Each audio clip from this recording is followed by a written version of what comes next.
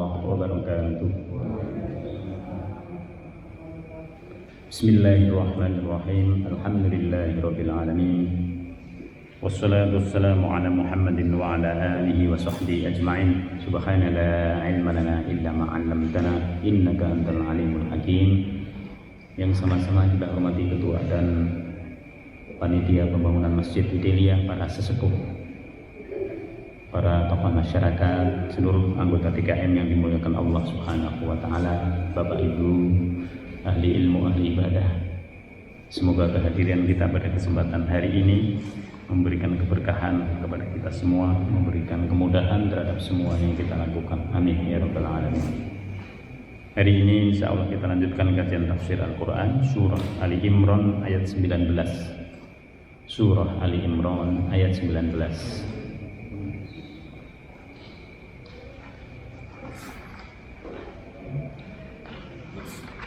Mari kita baca bersama-sama beberapa ayat yang menjadi tema dari kajian kita pada kesempatan pagi hari ini. A'udzu billahi minasy syaithanir rajim. Bismillahirrahmanirrahim.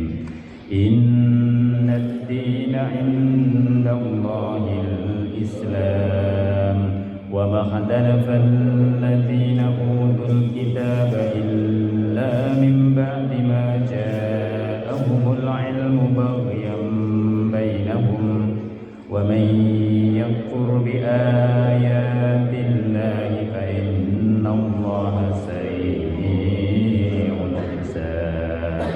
Fa in hajjuka faqul aslamtu wajhiya lillahi wa man ittaba'an wa qul lil ladzina utul kitaba wal ummiyina aslamtum fa in aslamu faqad ihtadaw wa in tawallaw fa innama 'alaikal balagh wallahu basirum bil 'ibad. Innal ladzina yakfuruna bi ayatillahi wa yaqtuluna an-nabiyyina bighayri haqq wa yaqtuluna alladhina ya'muruna bil qisti minan nas fabashshirhum bi'adzabin alim. Ulaika alladhina habitat a'maluhum fid dunya wal akhirah wa ma lahum min nasirin. Alam tara ilal ladzi utu nasiban minal kitabi yud'auna ila kitabillahi liyahkuma bainahum thumma yatawalla fariqum minhum wa hum mu'ridun. Dzalika bi annahum qalu lan tamassana an-nar illa ayyaman ma'dudat wa warrahum fi dinihim ma kanu yaftarun. Fa kaifa idza jama'nahum li yawmin la rayba fihi wa wuffiyat kullu nafsin ma kasabat wa hum la yudlamun. Shadaqallahul azim. Bismillahirrahmanirrahim. Innad dina, sesungguhnya agama. Apa itu agama? Ini kita kalau ditanya definisi, ya, ini sulit biasanya menjawabnya. Ya, agama itu ya agama. Agama itu ya begini nih yang kita lakukan agama. Agama itu memiliki banyak arti. Yang pertama, secara umum yang disebut dengan agama adalah sistem kepercayaan yang mengatur hubungan kita dengan sesama manusia, dengan Allah Subhanahu wa taala, dan juga dengan alam semesta. Ini agama. Jadi kalau ada agama tapi dia tidak mengatur tiga hal ini, berarti dia belum masuk dalam agama. Agama juga berkaitan dengan hari akhir, hari kebangkitan. Jadi kalau ada agama tapi dia hanya dunia saja, berarti dia dipertanyakan kesempurnaan dari agama itu. Agama juga bisa berarti penyerahan diri, al-khudu'. Maka Islam itu disebutkan sebagai berserah diri. Kepada siapa berserah dirinya?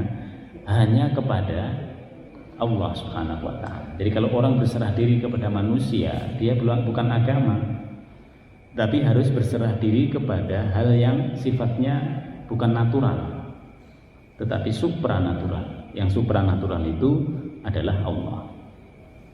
Innad dina, sesungguhnya agama, indallah. Ini yang harus digarisbawahi. Agama indallah. Apa artinya indallah? Di sisi Allah. Apa artinya di sisi Allah itu? Yang diakui oleh Allah, yang diterima nanti oleh Allah Subhanahu wa ta'ala di hari kiamat, bukan di dunia. Jadi kalau orang beragama di dunia bisa bermacam-macam, semau kita boleh milih agama apa saja, silahkan. Tapi nanti agama yang diterima oleh Allah itu adalah al-Islam, yang berserah dirinya hanya kepada Allah, yang di dalamnya diatur semua sisi kehidupan. Baik bagaimana hubungan kita dengan Allah. Jadi Allah itu kan nggak kelihatan, tapi kita diajari untuk berhubungan. Kita harus berkomunikasi dengan Allah, kita harus menyembah Allah, lalu kita harus meminta hanya kepada Allah. Nah di situ. Kenapa seperti itu? Ada kalimat kita meminta hanya kepada Allah, karena dialah yang menguasai segala sesuatu, dialah yang mengizinkan. Nggak kelihatan oleh kita, tapi kalau Allah nggak mengizinkan, nggak bisa. Hari ini bangun tidur ini, misalnya ada orang yang tidak diizinkan lagi oleh Allah untuk hidup, nggak bisa dia hidup, dia akan mati. Semua hal yang dilakukan oleh manusia itu ada izin dari Allah. Cuman kita nggak bisa melihatnya izinnya itu. Izinnya itu tidak seperti izin kita kepada atasan. Kita ngomong, kita izin ya, nah begitu, tidak. Tapi semuanya itu sudah dibuat oleh Allah Subhanahu wa ta'ala, tersistem. Sehingga kalau kita bisa hadir di sini, kehadiran kita ini atas izin Allah. Karena tidak semua orang bisa hadir. Kawan-kawan kita yang biasa hadir belum tentu hadir. Nah, maka di sini agama yang diterima oleh Allah, agama yang nanti diakui oleh Allah, itu adalah agama yang penyerah diriannya hanya kepada Allah. Maka nanti kalau ada orang di dunia ini beragama dengan agama yang lain, di akhirat kalau tidak dapat tempat di surga, jangan protes. Karena mereka beragamanya bukan kepada Allah. Maka di sini indallah, kalimat yang harus digarisbawahi adalah kalimat indallah. Maka di dunia orang bisa milih agama yang paling mudah. Yang paling mudah itu apa? Yang nggak banyak sisi ibadahnya, yang nggak banyak nyuruh manusia berhubungan dengan Tuhannya, yang membebaskan manusia untuk melakukan apa saja, gitu. Yang kalaupun dia berbuat apa saja nanti bisa ditebus dosanya. Nah di situ kayak tebus murah. Di situ. Nah di sini. Nah, padahal agama yang diterima al-Islam wa at-taslim itu yang diterima oleh Allah Subhanahu wa ta'ala hanya yang berserah dirinya kepada Allah. Berserah diri kepada Allah itu kata Imam Ali radhiyallahu anhu, huwa al-yakin, harus yakin. Dalam beribadah itu kita harus yakin.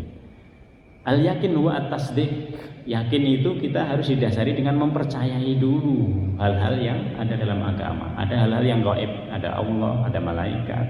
Harus kita paham, harus kita yakini. Wa tasdiq wa al-iqrar. Orang kalau mengatakan dia itu percaya kepada agama, maka harus ikrar, harus diikrarkan. Harus diakui orang lain mengakui bahwa dia itu beragama apa. Kalau orang sudah ikrar, berarti dia harus al-adha, dia harus menjalankan. nggak kelihatan, dia kayaknya orang agama Islam tapi nggak pernah kelihatan seperti orang Islam. Nah, dia belum tentu dia beragama. Karena di dalam agama itu ada ritual, ada juga simbol, ada juga tokoh agama, ada juga kitab dalam agama itu. Katanya beragama Islam tapi nggak pernah memegang Quran.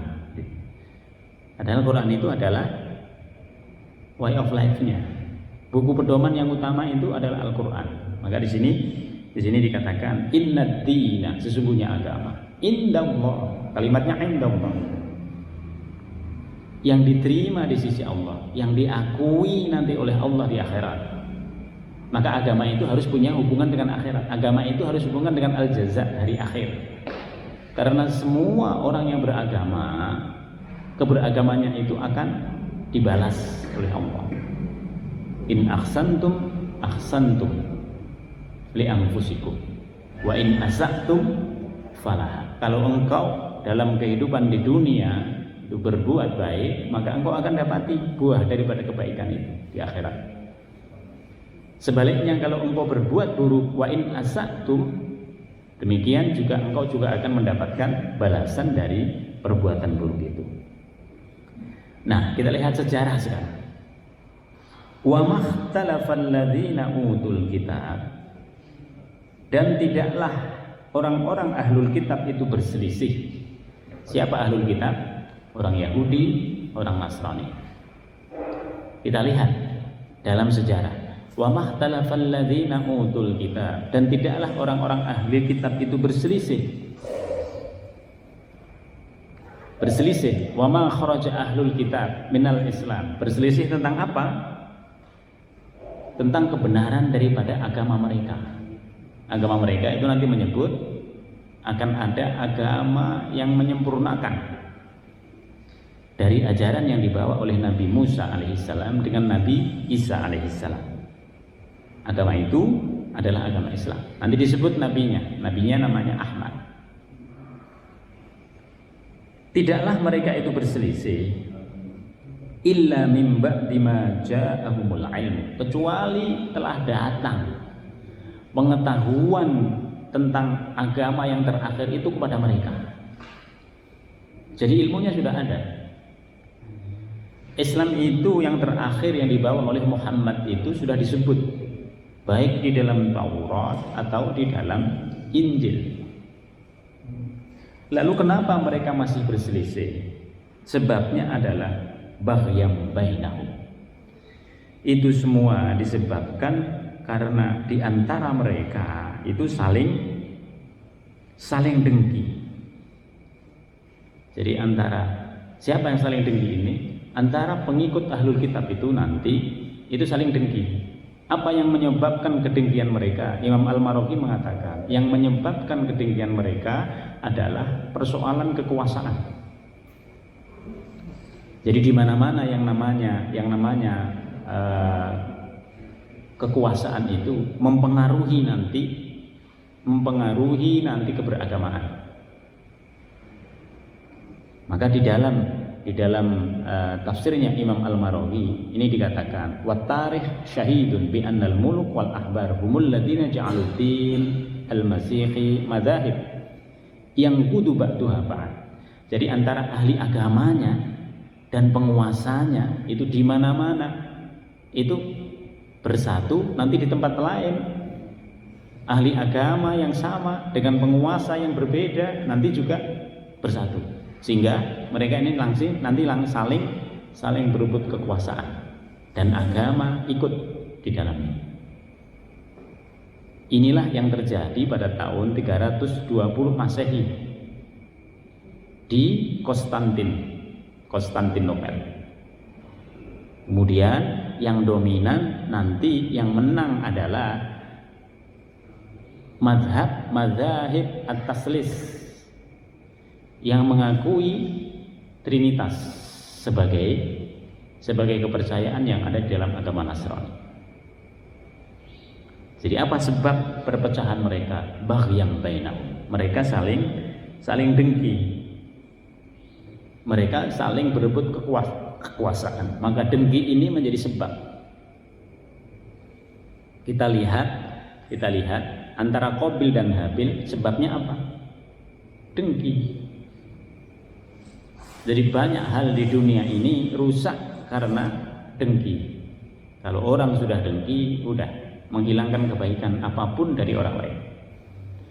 Kalau ahli agama dan juga penguasa sudah bersatu, kemudian mereka punya sifat dengki dengan yang lain, karena ingin menguasai daerah itu, ingin menguasai seluruh orang-orang yang beragama di situ, udah akan terjadi nanti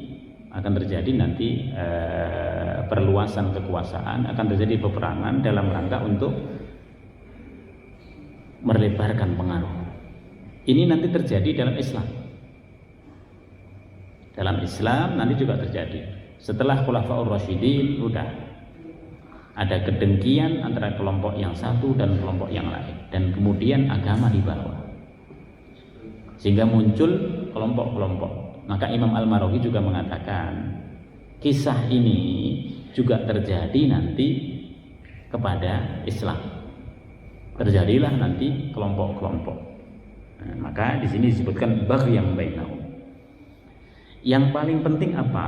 Yang paling penting adalah bahwa kita harus semuanya berpegang teguh pada prinsip yang utama.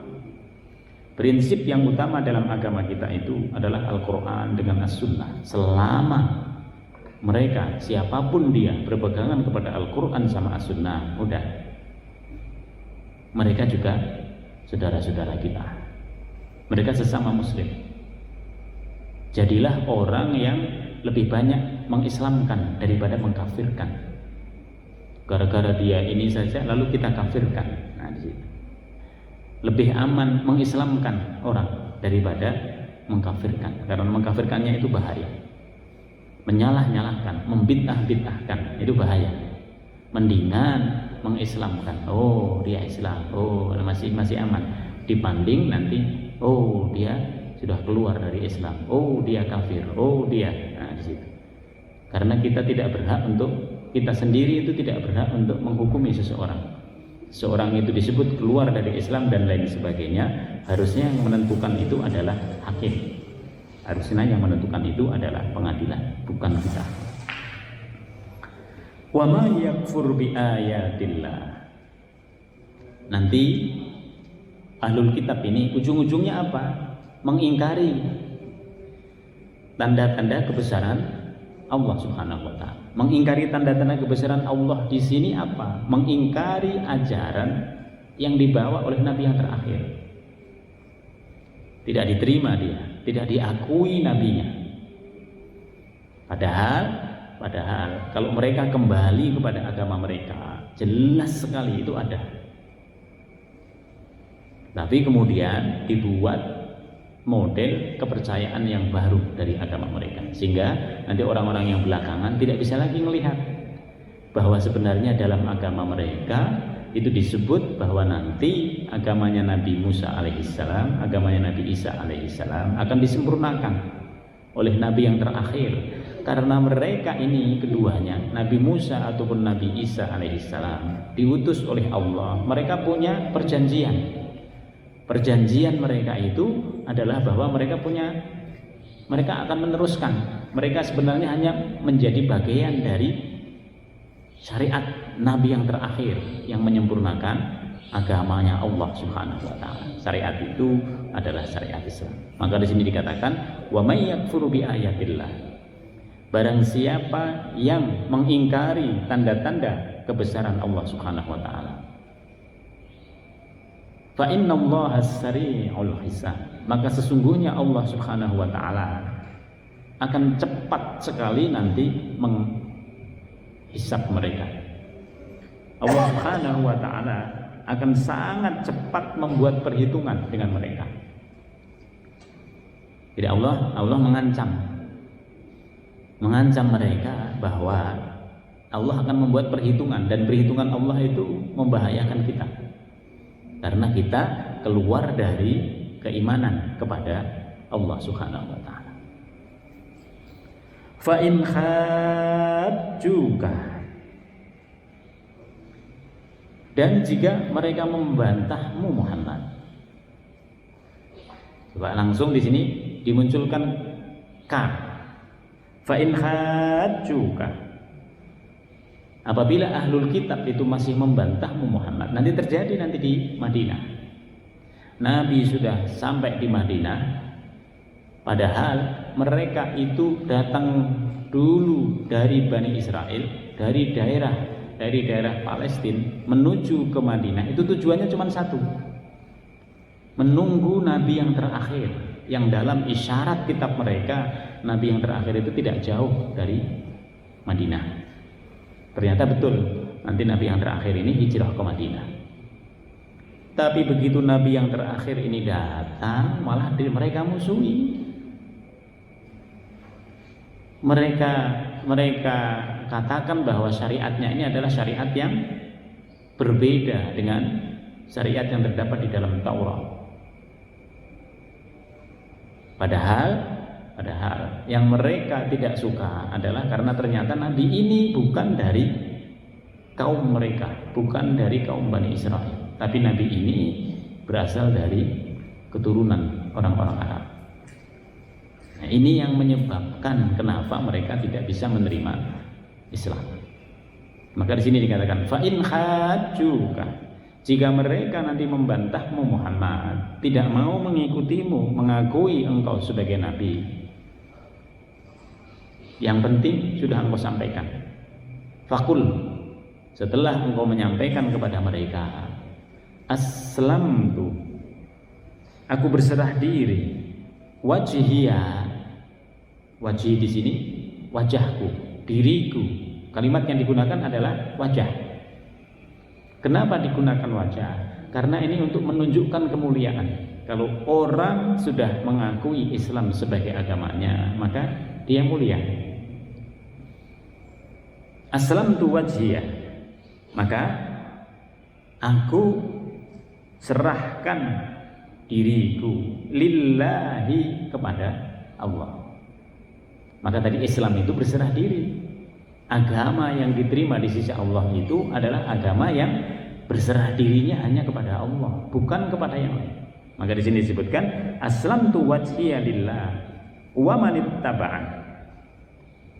Dan selain aku, Nabi mengatakan nanti ada umat-umatku, wa manittaba'an, termasuk kita. Kita ini belum ada pada waktu Al-Quran turun, tapi ayat ini sudah mengatakan wa manittaba'an, dan semua orang-orang nanti yang mengikuti aku. Begitulah hebatnya Al-Quran. Jadi Al-Quran itu kalimatnya sempurna, kalimatnya mencakup semua hal, yang dulu maupun yang sekarang. Maka Nabi berhadapan dengan orang-orang Yahudi, tapi kalimat ini sudah ada, wa manittaba'an. Yang akan berserah diri kepada Allah adalah aku dan juga orang-orang yang mengikutiku. Nah, termasuk kita yang sedang mempelajari Al-Quran, termasuk mereka yang sedang mempelajari Al-Quran sama Al-Hadis, yang berserah dirinya hanya kepada Allah Subhanahu wa Ta'ala. Maka beruntunglah kita, karena hidayah itu lebih mulia, lebih istimewa daripada dunia dan seisinya. Wakul, dan setelah itu Muhammad katakan kepada mereka, lilladzina utul kitab, yaitu mereka itu adalah orang-orang ahlul kitab, wal ummiyina, dan juga orang-orang ummi. Ini siapa? Ummi itu aslinya orang-orang yang buta huruf. Tapi yang dimaksud dengan ummi di sini adalah orang-orang musyrik. Kenapa dia disebut ummi? Mereka beragama tapi tidak berdasarkan Alkitab. Ini disebut ummi. Jadi orang yang beragama tapi kitabnya apa? Kitabnya dibuat oleh manusia. Itu disebut ummi. Buta dia. Dia beragama tapi agama itu bukan berasal dari Allah, seperti orang buta. Maka di sini disebut wal ummiyun, wal ummiyina. Katakan kepada orang ahlul kitab dan juga kepada orang-orang musyrik. Kenapa orang musyrik? Karena Nabi nanti sebelum berada di Madinah, beliau akan berhadapan dengan orang musyrik. Orang musyrik ini aslinya percaya pada Allah, tapi kemudian dibelokkan kepercayaannya. Dibelokkan kemana? Dibelokkan bahwa selain Allah nanti ada Tuhan-Tuhan kecil. Tuhan-Tuhan kecil inilah yang kemudian dihidupkan dalam kesehariannya. Kalau mau pergi yang disembah Uzza, kalau mau kawinan yang disembah nanti Lata, kalau punya kebutuhan yang lain, nanti sakit, nanti mana, nanti kotor, nanti untuk yang lain lagi. Jadi mereka dianggap representasi daripada Tuhan yang bisa mendekatkan mereka kepada Tuhan. Padahal Allah tidak membutuhkan yang begitu. Kalau orang sudah berserah diri kepada Allah, dia langsung bisa berhubungan dengan Allah. Nggak usah pakai orang lain, nggak usah pakai apa bahasa kita sekarang, nggak usah pakai jasa orang lain, lalu harus membayar dia. Pak, saya mau bertaubat kepada Allah, Bapak doain ya, saya bayar Bapak. Nggak usah. Dalam agama kita, semua kita bisa langsung berhubungan dengan Allah Subhanahu wa taala. Iyyaka na'budu, kata kita. Kepadamu kami menyembah. Tidak usah bertuju jasa orang lain lalu kita harus membayar. Tidak usah. Wa iyyaka nasta'in, dan kepadamu juga kami meminta. Coba, memintanya kepada Allah. Gitu. Jadi atas dasar ajaran ini, maka semua orang yang sudah berserah diri kepada Allah, dia langsung bisa berhubungan dengan Allah Subhanahu wa taala. Maka semua kita bisa dekat dengan Allah. Dan kedekatan dengan Allah itu tidak didominasi oleh orang-orang tertentu, tidak, semua bisa. Oh, karena dia kiai, maka dia nanti lebih dominan dekat kepada Allah. Tidak. Oh, karena dia ustadz, dia lebih hendak. Ustadz juga sama saja dengan kita. Nah, di situ bedanya ada dalam ketakwaan. Maka dalam agama kita itu semakin banyak kita beribadah, semakin banyak kita berhubungan dengan Allah, semakin besar takwa kita kepada Allah. Yang diukur itu adalah ketakwaannya. Ketakwaan itu nanti dinisbatkan kepada perbuatan baik kita. Katakan kepada mereka ahlul kitab dan juga orang-orang musyrik, "A'aslamtum?" Apakah kalian mau berserah diri kepada Allah? Apakah kalian mau masuk Islam? Apakah kalian mau mengikutiku? Kata Nabi. Jadi mereka sudah punya tradisi-tradisi, yang tradisi itu sudah menyimpang. Lalu nanti datang Nabi Muhammad SAW yang membawa mereka kepada jalan kebenaran. Ini adalah terakhir kali kesempatan mereka. Nabi di situ diperintah oleh Allah Subhanahu wa taala untuk mengatakan aslamtu. Apakah kalian mau Islam? Apakah ini hanya berlaku dulu? Tidak. Berlaku sekarang. Sekarang mereka yang beragama di luar agama Islam, aslamtum. Apakah mereka mau meninggalkan agama mereka lalu masuk ke dalam agama Islam? Karena agama yang diakui oleh Allah, diterima oleh Allah itu hanya Islam, bukan yang lain. Nah, di sini. Maka setelah Allah Subhanahu wa taala menyuruh kepada Nabi Muhammad untuk mengatakan aslamtum, kalau mereka mau, fa in aslamu, kalau mereka mau, mereka tinggalkan agama mereka lalu mereka masuk Islam. Seperti siapa? Abdullah bin Salam. Abdullah bin Salam ini orang Yahudi. Dia tahu apa yang ada dalam Yahudi. Dia tahu Muhammad itu sebagai nabi. Dia perhatiin dari sejak dia datang. Begitu dia lihat mukanya Muhammad, nah apa kesan dia? Dia bukan seorang pembohong. Dari mukanya sudah kelihatan. Kemudian setelah itu dia mendekat kepada Nabi Muhammad, lalu dia masuk Islam. Lalu dia mengatakan kepada Rasulullah SAW, "Ya Rasul, saya sudah masuk Islam. Tapi coba engkau datang ke perkampungan kita di Yahudi. Tapi jangan mengatakan saya ini sudah masuk Islam. Coba engkau uji mereka. Niscaya mereka akan seperti kaum Bani Israel terdahulu.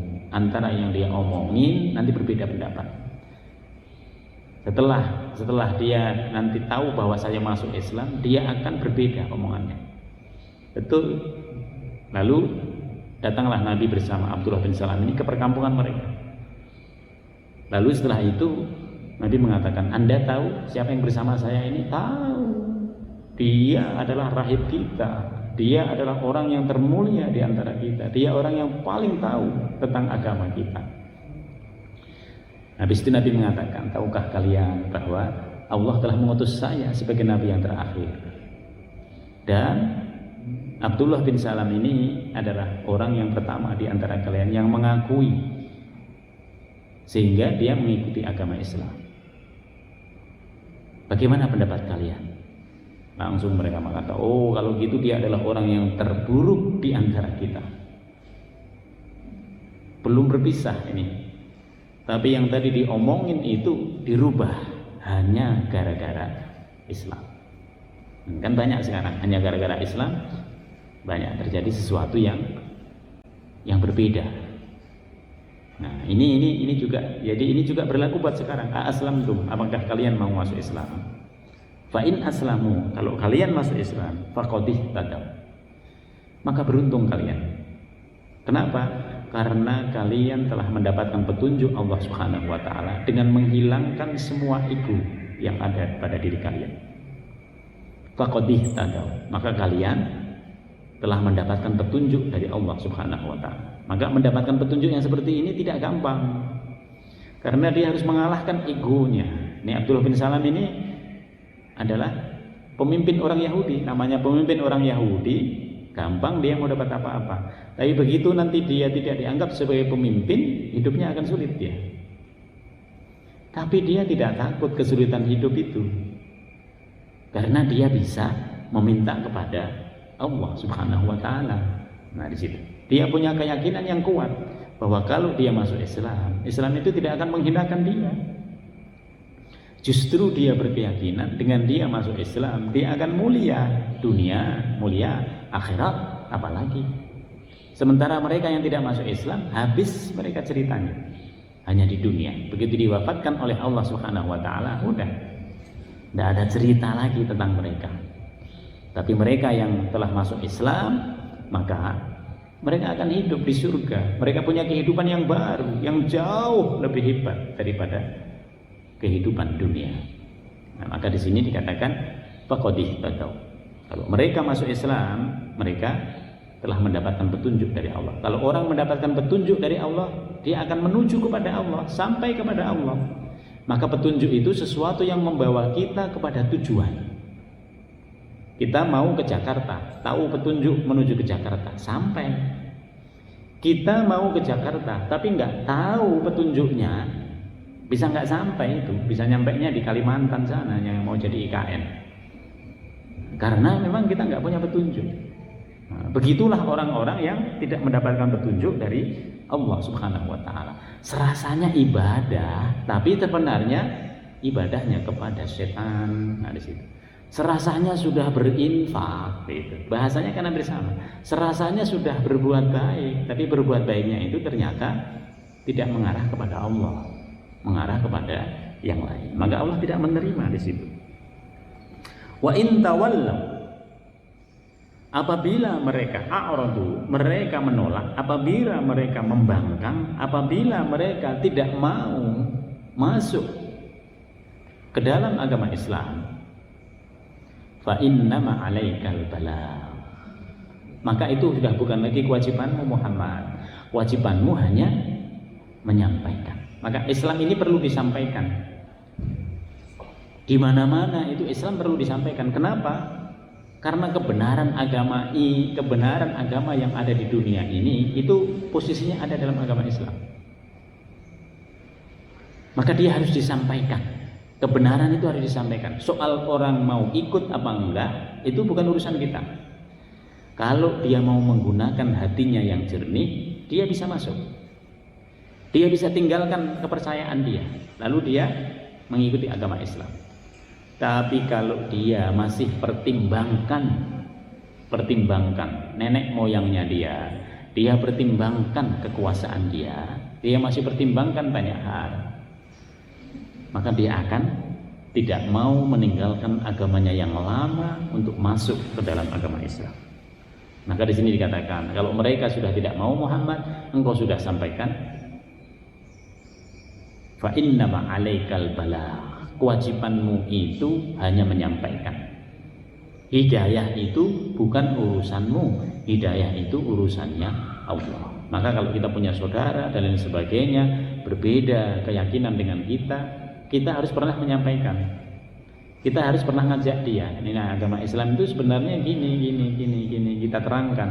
Tapi kalau diterangkan seperti itu dia masih tidak mau, ya udah. Yang penting saya sudah pernah menyampaikan.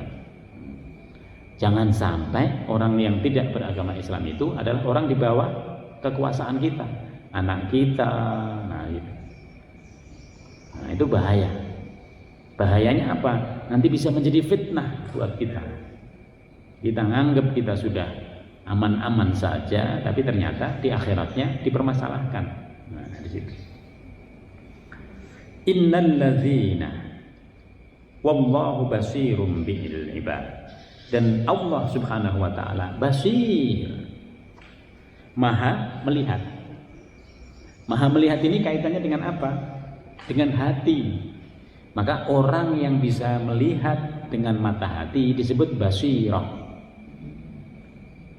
Maka di sini orang itu dia cenderung kepada Islam apa tidak, Allah sudah tahu hatinya. Allah maha mengetahui apa yang terdetak dalam hatinya. Sebenarnya dia nggak mau masuk Islam itu karena dia kalau masuk Islam hilang kekuasaannya. Gitu. Sebenarnya dia nggak masuk Islam itu karena dia takut kepada yang lebih tinggi dari dia, entah suaminya, entah anak, takut kepada orang tuanya, entah macam-macam. Nah, di situ. Maka Allah menggunakan kalimat basir karena Allah yang paling tahu di hati mereka. Banyak orang yang mengakui bahwa agama yang paling benar itu agama Islam, agama yang paling logis itu agama Islam, agama yang sempurna dari awal sampai akhir yang mengatur semua kehidupan itu Islam. Tapi coba suruh masuk Islam, ntar dulu kata dia. Nah, gitu. Innal ladzina. Nah, kalau mereka tetap tidak beriman, apa yang akan terjadi? Sesungguhnya orang-orang yakfuruna bi ayatillah, yang ingkar dengan tanda-tanda kebesaran Allah. Tanda-tanda kebesaran Allah sudah banyak tadi. Agama mereka itu tanda kebesaran Allah, kitab mereka tanda kebesaran Allah, alam semesta tanda kebesaran Allah, diri mereka itu semua tanda kebesaran Allah, bukan tanda kebesaran Tuhan mereka. Kurang bagaimana coba? Logikanya kurang terang bagaimana? Semua itu miliknya Allah.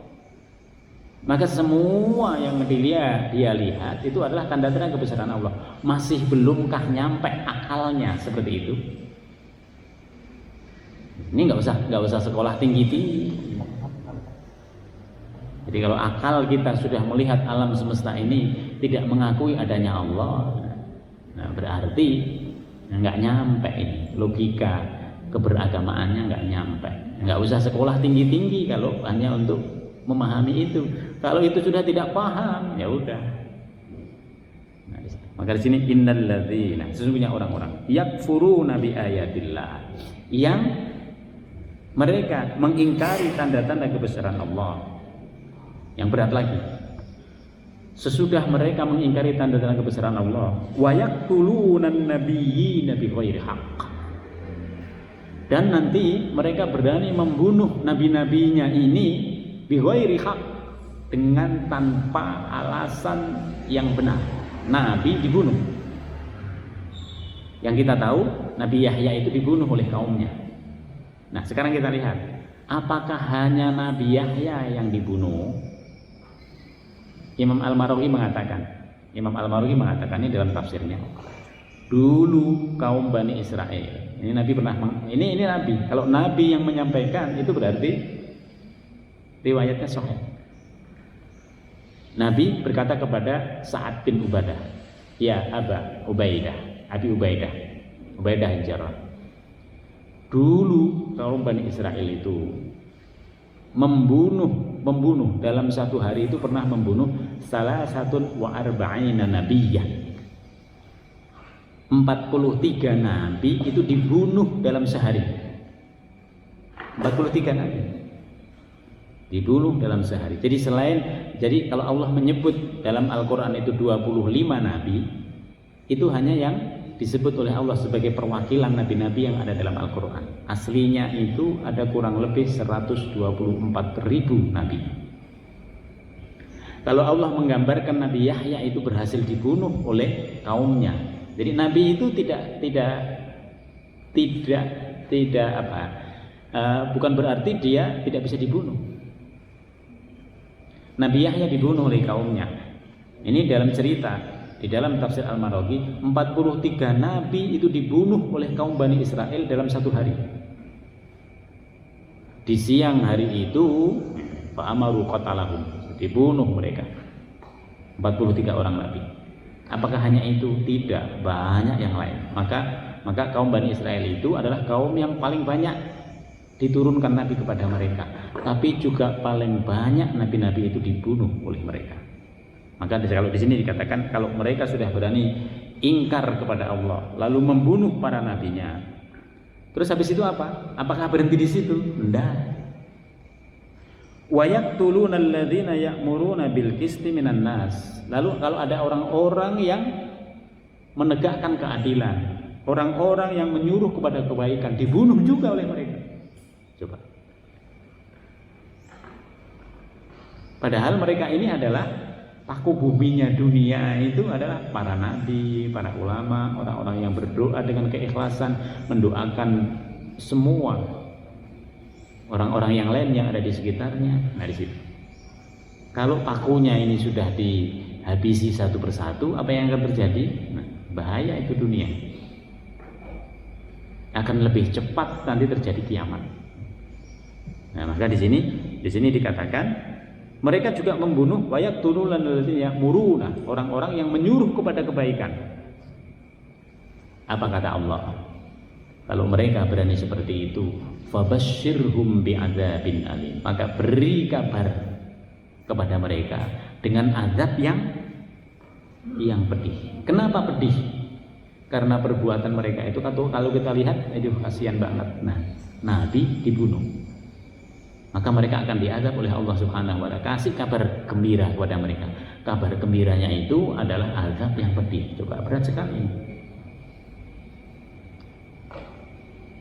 Bagaimana kalau yang ingkar kepada Allah? Sama, sudah dikasih rizki, sudah dikasih penghidupan di dunia, sudah dikasih anak-anak, sudah dikasih nyembahnya bukan kepada Allah. Sama, azabnya juga azab yang pedih. Hanya saja mereka tidak membunuh para nabi. Tapi yang dimusuhi siapa? Yang dimusuhi orang-orang yang beragama. Sama. Yang dimusuhi adalah orang-orang yang baik. Yang dimusuhi adalah orang-orang yang Islam. Nah, di situ. Ulaika alladzina habitat a'maluhum. Mereka lah orang-orang habitat a'maluhum, yang amalnya itu habitat. Apa habitat? Sia-sia. Maka tadi seakan-akan mereka sudah beribadah tapi itu sia-sia. Seakan-akan mereka sudah berbuat baik tapi sia-sia. Seakan-akan mereka sudah terkenal sebagai dermawan tapi sia-sia. Kenapa sia-sia? Karena tidak tertuju kepada Allah. Karena tidak tertuju kepada Allah, mereka hanya mendapatkan keterkenalan itu di dunia. Mereka terkenal sebagai sosialita, mereka terkenal sebagai orang yang dermawan, mereka terkenal sebagai orang yang baik, tapi di dunia karena kebaikannya itu tidak tertuju kepada Allah. Makanya jelaskan, ulaikal ladzina habitat a'maluhum fit dunya wal akhirah, di dunia dan juga di akhirat. Nah, di sini ruginya itu bukan main. Padahal kalau dia beriman kepada Allah, semua akan tersimpan. Yang dia lakukan itu tersimpan. Selain dia mendapatkan kebaikan dunia, dia akan juga mendapatkan kebaikan di akhirat. Ini habitat, sia-sia dia di dunia dan di akhirat. Wa ma lahum min nasirin, dan mereka nanti tidak ada yang menjadi penolongnya mereka. Kenapa disebut penolong? Karena mereka punya Tuhan. Ketika Tuhannya itu disebut, nah Tuhannya nggak bisa nolong mereka. Karena mereka telah dibelokkan oleh setan kepada kepercayaan yang sesat. Mereka punya yang disembah, tapi ketika yang disembah itu nanti didatangkan di sisi Allah Subhanahu wa taala, ternyata dia makhluk. Dia bukan Tuhan. Nah, di situ. Bahkan dia lebih rendah daripada manusia yang disembah-sembahnya itu. Kesimpulan yang bisa kita ambil, Bapak Ibu sekalian, pada ayat ini Allah dengan tegas menyatakan kepada kita bahwa keberagamaan yang diterima itu kalau tertujunya kepada Allah. Alam ini miliknya Allah. Segala sesuatu memang harus tertuju kepada Allah Subhanahu wa taala. Kalau ada orang yang menyatakan dia menyembah, tapi ternyata yang disembah itu bukan kepada Allah Subhanahu wa taala, maka itu akan sia-sia. Di dunia emang nggak kelihatan. Kenapa nggak kelihatan? Karena dalam kitab mereka tidak disebutkan seperti ini. Yang menyebutkan seperti ini itu hanya dalam Al-Quran. Maka Al-Quran ini sebenarnya menyempurnakan kitab-kitab yang sebelumnya. Oleh sebab itu dia berkait dengan kaum terdahulu, dia berkait dengan keadaan kita sekarang, dia terkait dengan masa sampai hari kiamat nanti juga terkait. Ini Bapak Ibu sekalian yang dapat kami sampaikan pada kesempatan pagi hari ini. Semoga Allah Subhanahu wa taala memberkahi semua yang kita lakukan, menjadikan kita semua sebagai orang-orang yang senantiasa mendapatkan tambahan hidayah dari Allah Subhanahu wa taala. Amin ya rabbal alamin. Mari kita tutup dengan bacaan doa. Bismillahirrahmanirrahim. Alhamdulillahirabbil alamin. Hamdan na'imin, hamdan syakirin, hamdan yu'afi ni'amahu wa yukafi mazidah. Ya Rabbana lakal hamdu kama yanbaghi li jalalika karim wa anil sultan. Allahumma barik lana fi majlisina hadha wa barik lana fi usratina wa barik lana fi dzurriyyatina wa barik lana fi ilmina rabbana innaka afuwwun karim tuhibbul afwa fa'fu anna. Allahumma ja'al jam'ana hadha jam'an mubarakan wa marhuma wa tafarruqana min ba'dihi tafarruqan ihsanan wa ma'suma. Subhanaka Allahumma bihamdika nasyhadu an la ilaha illa anta nastaghfiruka wa natubu ilaik. Subhana rabbika rabbil izzati amma yasifun wa salamun alal mursalin walhamdulillahi rabbil. Demikian kurang lebihnya, mohon maaf. Wal afu minkum. Wassalamualaikum warahmatullahi wabarakatuh.